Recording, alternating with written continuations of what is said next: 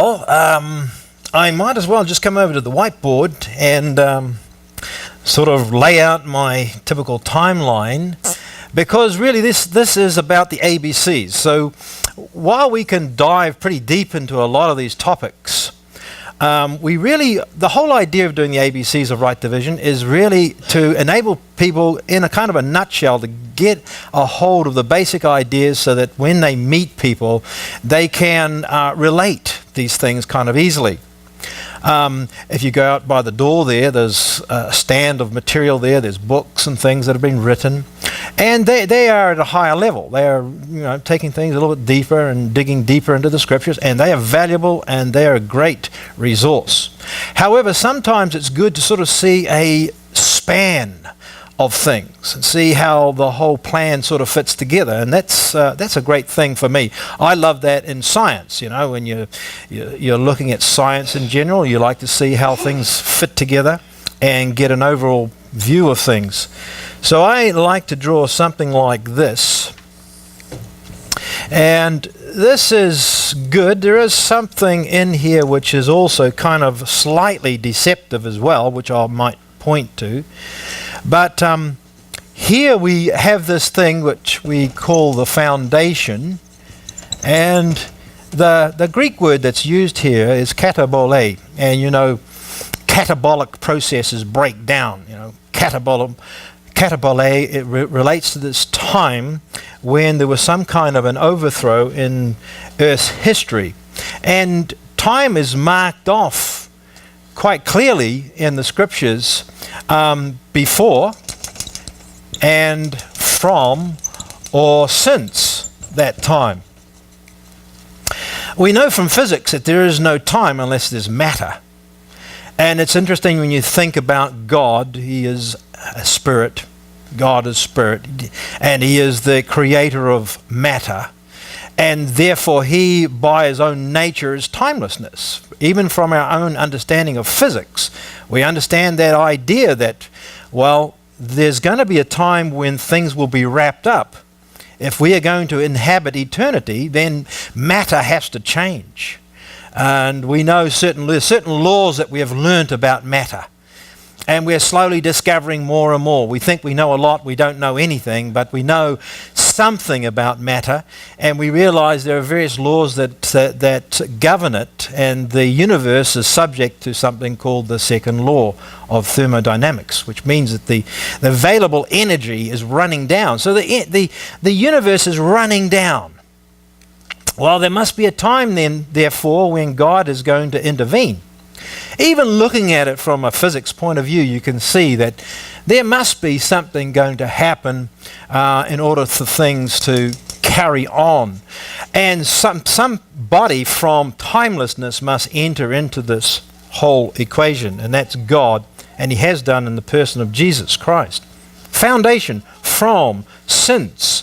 And if you go to, for example, if you put the cross here and you look at some of the books written just prior to that, or relating to that time, I should say, relating to the time of the cross, then you'll find in Matthew 13 the introduction of the parables.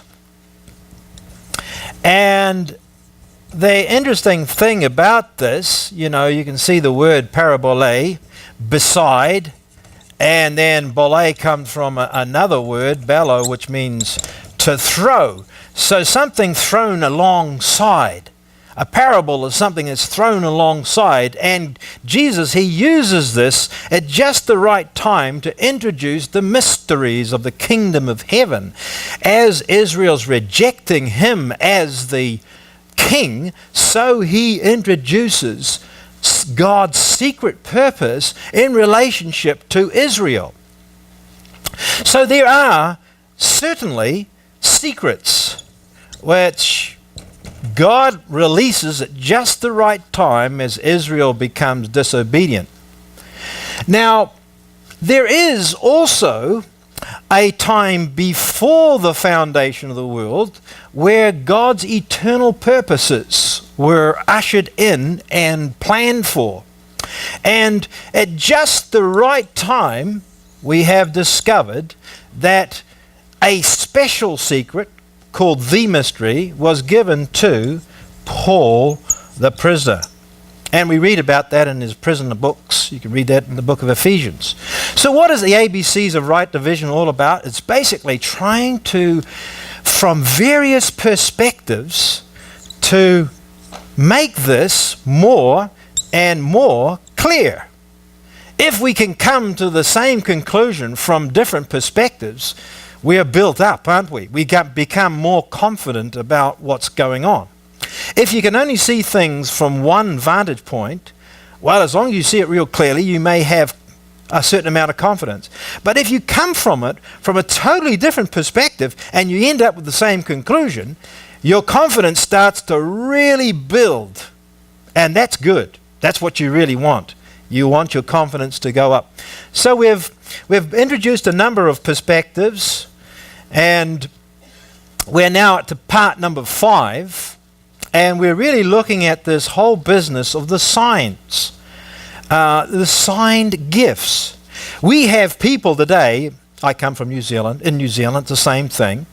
Most Christians in New Zealand are Pentecostal Christians. What does that generally mean? That means that they believe that they can speak in tongues, that they have manifested within their fellowship various miraculous signs and wonders. And some of them are just absolutely crazy, really. I mean, they are crazy. People saying they have their teeth filled. People saying that their leg is, caused to grow. Some people saying that gold dust falls from the ceiling. Some people teaching that if they pass around a bag of chips, it never empties. Man, we need some of those. Or maybe we don't. Looking at the Oklahomans. And not just them, by the way. Myself included. So, yes, there are these sort of statements, these beliefs, and they will be strong. They will be zealous with it. And in fact, it's got to the point now that if you were to say that you're involved with ministry, a ministry of the gospel, you can almost guarantee it's going to be Pentecostal. That's how much. Now, it wasn't that way. In the days when I was born, the 1950s and 60s and 70s, Pentecostals in New Zealand would be a very small minority. And most of the gospel preaching would have been done by a group of people from what was called the Open Brethren. I don't know whether you know such a group. Open Brethren. Plymouth Brethren. And they would be definitely not in compliance with the Pentecostal regime. Now it's topsy-turvy. Even they now have become Pentecostal. When I was saved, I was in a Baptist church.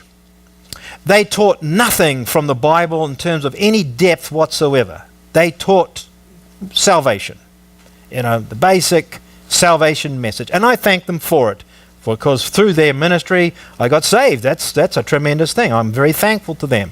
But there was no leading on. There was no perfecting of the Christian. And that one church split while I was there about 4 times. What did it split over? Pentecostalism. Various forms of Pentecostalism. Claims about signs and wonders, and the minister and the people in charge not really knowing how to handle this, not knowing what to say. And I was there watching this, and people would ask me, well, Wayne, do you speak in tongues? I say, no, I can't speak in tongues. I can't speak in tongues. And then feeling like, well, maybe there's something wrong with me. I can't speak with these gifts and do miraculous things. And any language I try to learn, well, when I met my would-be wife, I realized she was Persian, and so I got various books on the Persian language, and I did my best to learn Persian so I can impress her with, various words, which I won't mention right now. I won't teach her those words. But I had to learn those things. They didn't come to me as a gift.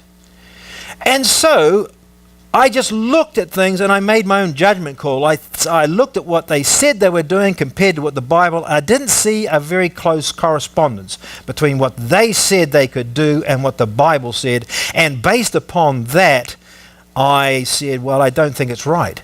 But I had to admit, maybe there are a group of people somewhere who did really do it right. They could speak with tongues, and maybe that's what's really happening somewhere. I didn't have a clear answer. Now, I can say to you that I do have a clear answer to this now.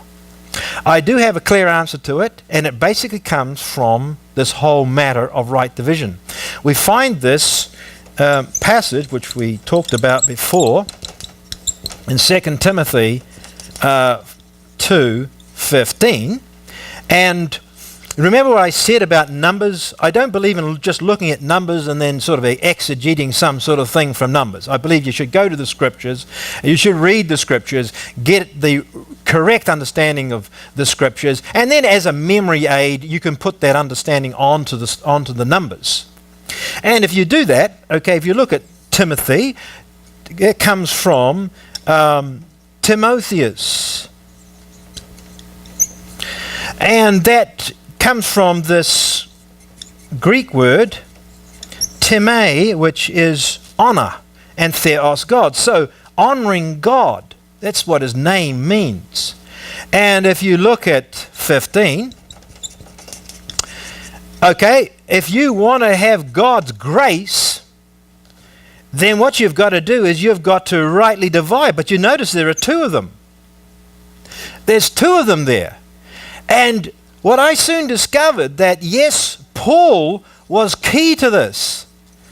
But just rightly dividing Paul off from Peter wasn't good enough. You had to rightly divide Paul's ministry. There are two twos there. You have to rightly divide Paul's ministry, so that Paul, when you come to see Paul's ministry, you realize that he had an Acts ministry, where we go to the Jew first. And he said himself that he said none other things than those which Moses and the prophets said should come. And that the hope that was being offered here was the hope of Israel. But when you come over to Paul, and I write it in this fashion, with a capital A, so that you can see the chemical element, aurum, for gold, that once you see Paul's prison ministry, you realize that there opens up a new vista, a new hope is given here, and a fresh revelation given to Paul the prisoner. So you have to rightly divide Paul's ministry. And that really is the key. As I said before, the big thing with the Christian is, okay, you're saved by grace. That's great. Now the next thing you need to learn is to rightly divide Paul's ministry, because that's really what unravels a lot of the confusion that goes on. And, if you don't watch out, I can just sort of rant on and use up all my time with the summary. So we better get into something new. You can go your own way, Fleetwood Mac. The song was very popular, but actually you can make the choice to go your own way, but in the end you're going to have some problems.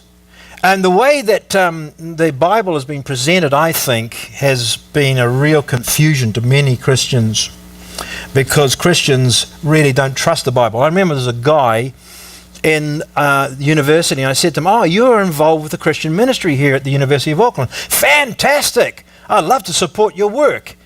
And I said, do you teach the Bible? And he says, well, we look at the basics, but we don't really get into any depth in teaching, because we're scared we might confuse people.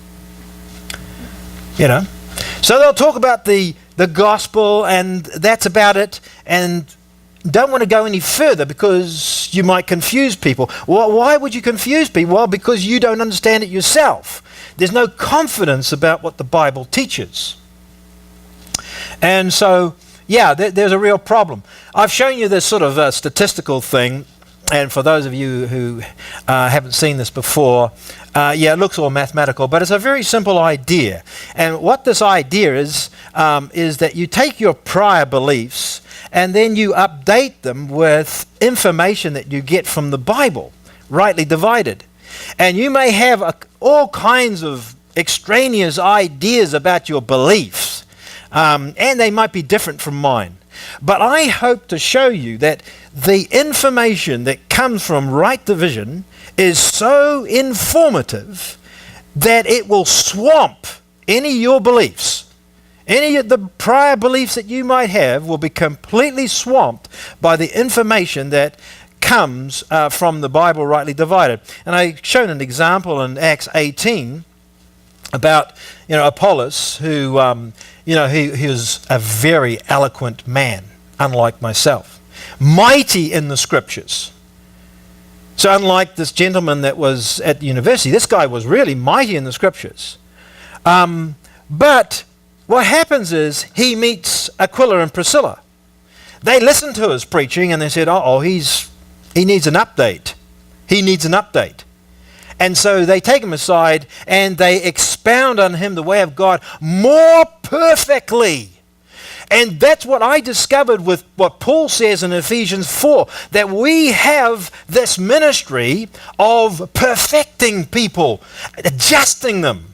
One of the biggest things that a Christian needs is this adjustment to understand that, yes, things happen. While this man was adjusted to new information, especially concerning baptism, he only knew the baptism of John, but he also needs another update at the end of the book of Acts. Who's going to tell him? Well, Paul the prisoner, of course, is the one who would tell him about this. And so we have a great ministry of perfecting. And that's a great thing. Last time we looked at a few passages, and they're so important I thought I should just go through them just very quickly, because they're precursors to this whole business about the signs and the wonders. You see, there is something which the Bereans of, Chicago, under Stam, who's now passed away, and there's someone else that's taken on the ministry there. What Stam would teach was that essentially it was the gospel that Paul preached was the mystery. And he talked about the mystery and its associated mysteries. And that was a sort of a catchphrase for gathering together all these mysteries that you find that Paul would talk about. And this creates a big problem for them and for people who follow it. I think it's a confusion. And, well, there are certainly some interesting statements, but just look at Romans 1, verses 1 and 2. I want to clarify this one point before we move forward. And it's in Romans 1, verse 1. It says, Paul, a servant of Jesus Christ, called to be an apostle, separated unto the gospel of God. And then it says in verse 2, in parentheses, which he had promised afore by his prophets in the Holy Scriptures. So the gospel of God that Paul here is proclaiming was promised afore. It was promised afore. It says in the Holy Scriptures. Now, if you just jump across a little bit to chapter 3 and verse 21, you find this. It says, talking about this righteousness of God. In verse 20 it says, therefore by the deeds of the law there shall no flesh be justified in his sight. For by the law is the knowledge of sin. But now the righteousness of God without the law is manifested, being witnessed by the law and the prophets. So the law and the prophets, they bear witness to this. But that's a far cry from saying that this is somehow on the surface. There is a witness, there is a consistency, but it's not the same thing as saying that the righteousness of God, as Paul is delineating it here, is something that you're going to find on the surface. This great mystery which Paul talks about in Romans 16 is hid in the age times. Let me show you this passage which is in Romans 16 and verse 25. Now there are people who would say, well, I mean, this verse in 25 and 26, it's a real problem. I don't think it should be in the scriptures. If you look at how the thing is lined up with the first chapter, it has to be in there. It forms a part of the overall structure of the whole epistle. It says this, now to him that is of power to establish you according to my gospel, the gospel of me, and the preaching of Jesus Christ according to the revelation of the mystery, which was kept secret since the world began, but now is made manifest, and by the scriptures of the prophets. Now notice it says, and by the scriptures of the prophets. It says, but now is made manifest. So this mystery, a mystery, was hid in age times. It was hid in age time. And if you can, I can't read that. Well, that's on purpose.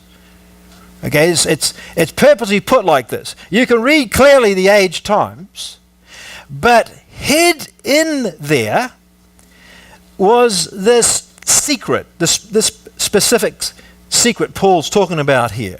A secret which was hid, which has been hid, it's in the perfect, has been hid in age times. In age times, that's where it was hid.